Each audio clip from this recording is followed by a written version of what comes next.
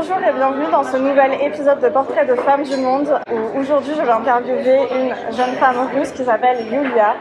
Si tu ne connais pas ma série Portrait de Femmes du Monde, c'est une série de vidéos que je fais sur YouTube où j'interviewe des femmes que je rencontre lors de mes voyages et on parle de la question de la femme dans leur pays. Et donc là, je suis en ce moment autour de la péninsule ibérique pour mon voyage. Si tu as vu mes vlogs de la vie d'Aloca, tu as dû voir ça, sinon je t'invite à aller les voir. Et durant ce voyage, du coup, à Porto et à Lisbonne, j'ai rencontré Yulia et qui a bien accepté de vouloir faire cette vidéo avec moi. Donc on va commencer tout de suite. Nice to meet you, Yulia. Nice to meet you too. Only one thing I understand is bonjour. Voyage. So I'm really grateful that you accept to do this video with me. Firstly, can you introduce yourself? What's your name, age, where do you live, what you're doing in your life, whatever you want to say. Okay, so I'm Julia, I'm from Russia, I'm living in St. Petersburg, and in my mind is one of the beautiful places in the world, and you have to go to St. Petersburg to look at it. I'm 26 years old, I'm working like a trainee for customers in Microsoft company. My life is IT, math, communications, coaching, and so on. A lot of things. A lot of things, yeah. The first question, how did you grow up as a girl in Russia? How was your education and do you feel equal as boys when you grew up? Yes, of course. I had mathematical education, math education, and I studied at school with a lot of boys, and only in my class was only one girl, and it was me. Oh, okay. So one girl and 12 boys. Okay. And I feel equal because I was a smart girl and understand everything. Okay. And but do you think the other girls could do the same? Because you said you were 12 boys and the only girl. Yes, so. It was a special mathematical physical school, but now you know that a lot of girls are studying IT, programists, and so on. Okay. So it's better than before. For girls, it's more accessible now. I think that girls are only in our times right now understand that it's a good profession for them too. Okay. And when you were a little girl, did you feel equal as boys than your age, for example, when you were at primary school? Can you do the same sports, for example, than boys, or do you have different kind of interests? I could do everything. Okay. But not physically, because I feel that I'm a girl and I can't run as fast. When you grew up as a teenager, how do you feel with your body changing? Could you talk about periods, relationship, or contraception with your parents or family, or it was taboo? Okay. It was interesting period because, of course, sometimes I was wonderful about my body and it became a little bit sexier and so on. But on the other side, I feel that it's not enough. It's not so good like in a magazine, like in a advertisement and so on. We're going to talk about that later. And yes, and you feel that something wrong maybe with me, but my parents always helped me, and they said, you're beautiful, you can everything, and it's only teenager time, and you will grow up, and so on. And for me it was really good experience to go to Finland. Because in Russia in previous ages it was something like you have to be a little bit better. Okay, I see. But in Finland it was wear whatever you want. And for me it was helpful. Okay. And what about menstruation and bodies changing? Could you talk about that with your parents? Or? Yes, I could, but it wasn't necessary because in our school we have lessons. Okay. We have lessons about it only for girls and only for boys. Okay. It's separate? Separate because especially things like what to do with hygiene this time. So we had special lessons when we were 12, 13, 14 years old, and after that we had the lessons about contraception, how it happens. So that happened at school? Yeah, it was at school. It wasn't every week lessons, but it was. Okay. And now, as an adult woman, do you want to get married and have child? Yeah. Yeah, you want. And is there any expectation from your society and family regarding Russian women to get married and have child? In my family or in the country? In general, for women. For women. Russian women. Do you think that their family or the society can pressure them to have child or get married? I think that if we talk about all Russia, yes. Okay. A little bit pressure on women that yes, you have to hurry up, you have to a little bit rush because you need it.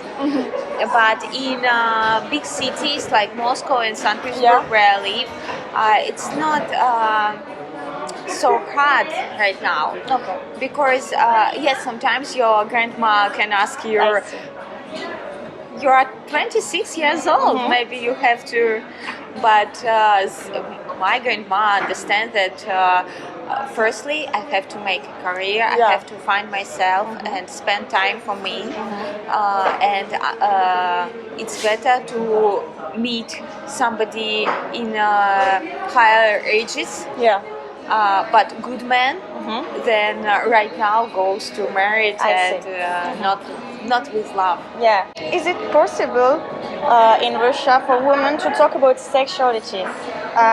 Sexual experience or sexuality in general? With whom? Is it at school, with doctor, with family, with friends, or with doctor, of course? Yeah, it's light and it's common. We at school with psychologists or with your classmates. It of course was in my life to speak with, but not in my class because I have only boys. Only boys. It will be so between girls and boys, you don't really talk about sexuality, right? Yeah, because it's different. And you don't understand how to talk about what to talk about. Mostly with friends? Or? With friends. My little sister, she's a teenager right now, so he can speak about between sisters, you talk? Yeah. Now sexuality, how to be sexy and at the same time not to be like cheeky. It's a common... Okay. So you talk about that between women a lot. Yeah. Okay.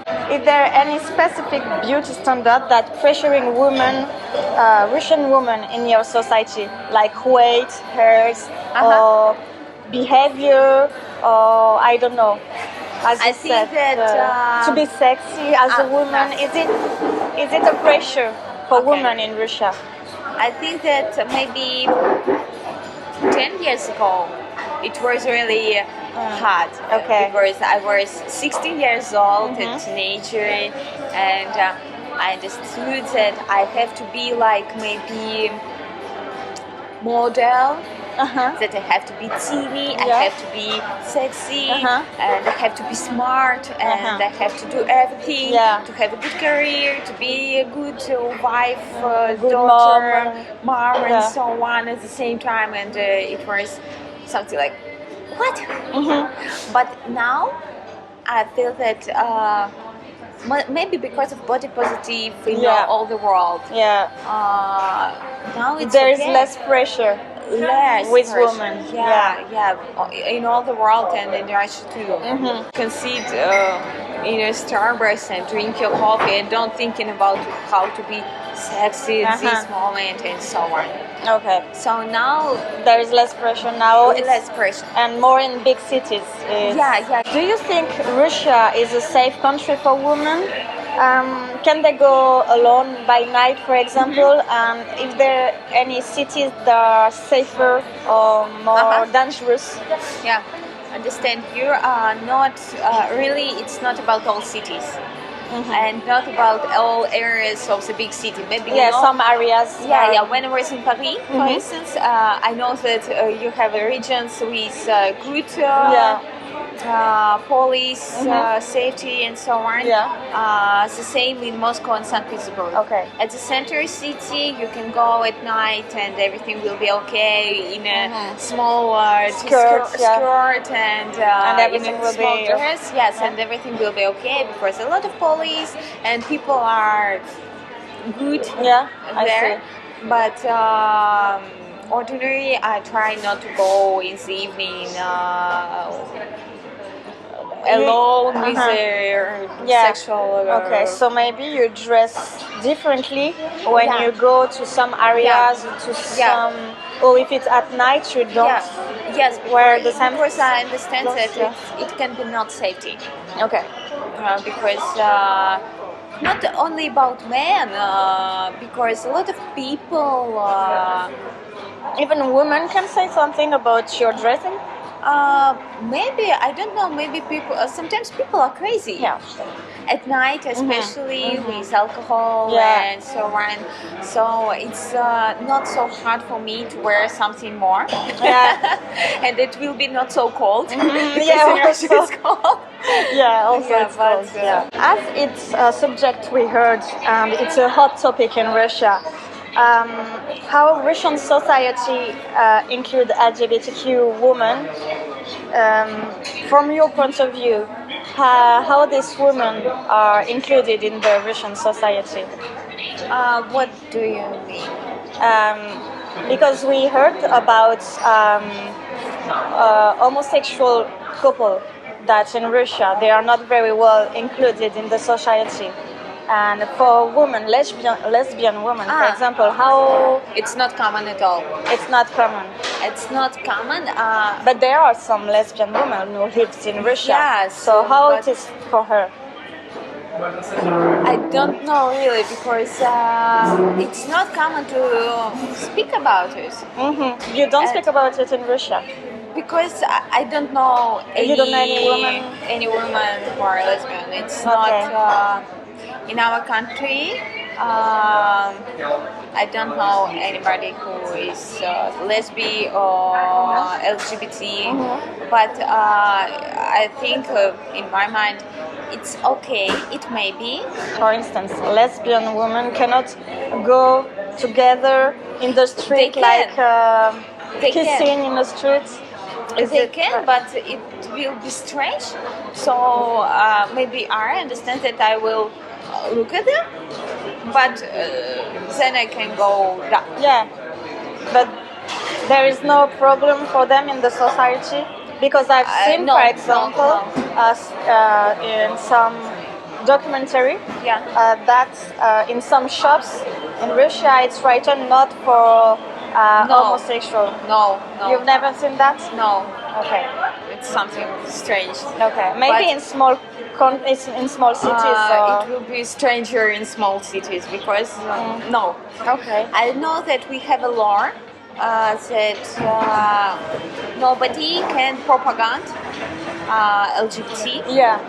Because it's not so good for population and so on.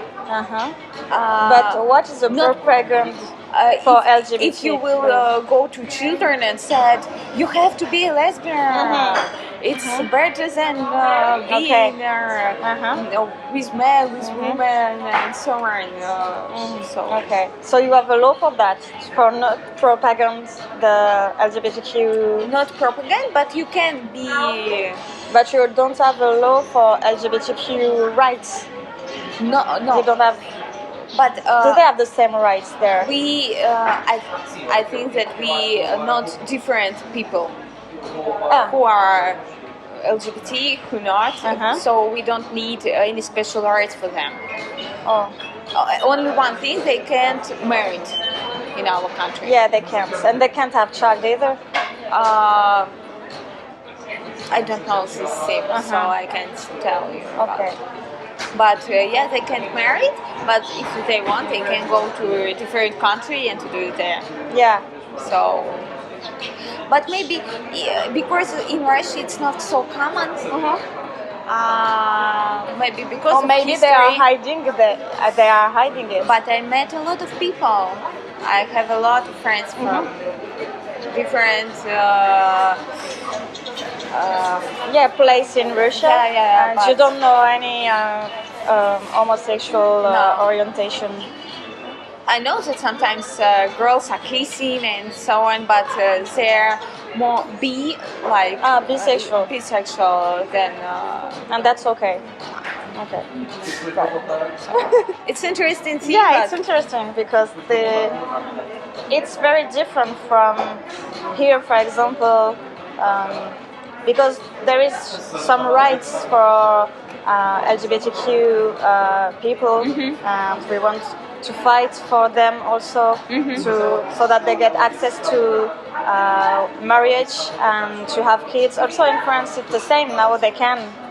So it's been few years now that they can. It's interesting, but I think that about mental history in our country is more traditional. Traditional, yeah.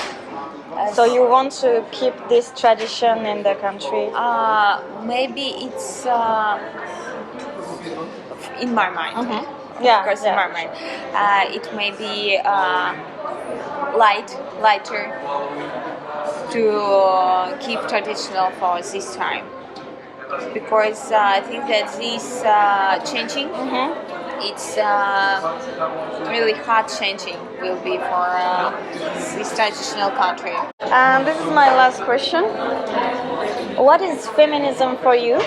How can you define it, and what do you think about it? Feminism is a really interesting thing for me because woman has to be a person. Yeah. She's a person and she has to have rights for education and for working and to have the same salary. For instance, Coco Chanel. Yeah. She did a lot for women, like a feminist. But I feel difference between feminist and radical feminism. Okay. What is the difference for you? For me, I think I really appreciate previous women who were fighting for our education, for work and so on. Because now I'm working in a IT company with men, equal and so on. But for instance, if you are going to the restaurant with a man, I know that radical feminists say, no, don't pay. We share and share and so on. It's not for me. Okay, for you, if you go to a restaurant with a man for a date, you should pay for both. You not should, but I won't be against of it. No. Yeah. If he wants, me neither. If he wants to pay, I will be happy. Me too. And it's common in Russia that if you are going to the date with a man, he can pay for you, and it will be his pleasure for you, and it will be a good sign that he wants to do something for you. Yeah, I can understand that.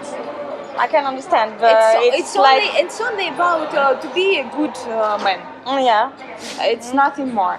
But as I know, that radical feminists are against of it, and they don't like it. They said that it's. I think it's not just only about that who pay at the restaurants. But these small points, but there are. For instance, I like when men open me door. Okay. And if he helps me with the luggage when it's heavy, for me it's okay. And I really appreciate it. I don't think that is about feminism. It's about behavior and but it's kind of radical feminism. It's a point of radical feminism as I understand it. And what feminism is for you? That's the first time that we asked me the question. Feminism for me is that women should be equal as men, have the same rights, of course, but it's also to have the same place in the society and could reach the same things that men can reach. For example, a job, as you said, like if a man is a CEO of a company, a woman should be able to have the same position also, and the same wage, same salary also. It's also about the behavior. Like the woman should not have pressure from the society about their way of dressing, their body, and what they have to do. If they don't want kids, for example, they don't need to have pressure about it, and so on. So that's, for me, that's a package. And feminism, it's not about being against patriarchal society. You understand? Yeah. Interesting. Yes, we have the same kind of same point of view, I think. Yeah. To finish, what do you want to say for all the women who are watching this video right now all over the world? What do you want to say to them? You can do everything you want, wherever you want, whenever you want, but you have to understand for what you are doing it and what do you want from it. And you have to know that every dreams can happen, and you have to understand that sometimes it's not it can be not good, so do it, but thinking about what do you want really and what do you do. Okay, perfect. Thank you very much for this video. Thank you, Julia. It was amazing. I'm gonna switch in French now. Yeah. Ok, donc si vous avez aimé cette vidéo, n'hésitez pas à laisser un pouce en l'air et à commenter si vous avez des questions à propos de tous les sujets qu'on a abordés sur les femmes. Et je vous dis à très bientôt pour une prochaine vidéo. Ciao, bye. Bye.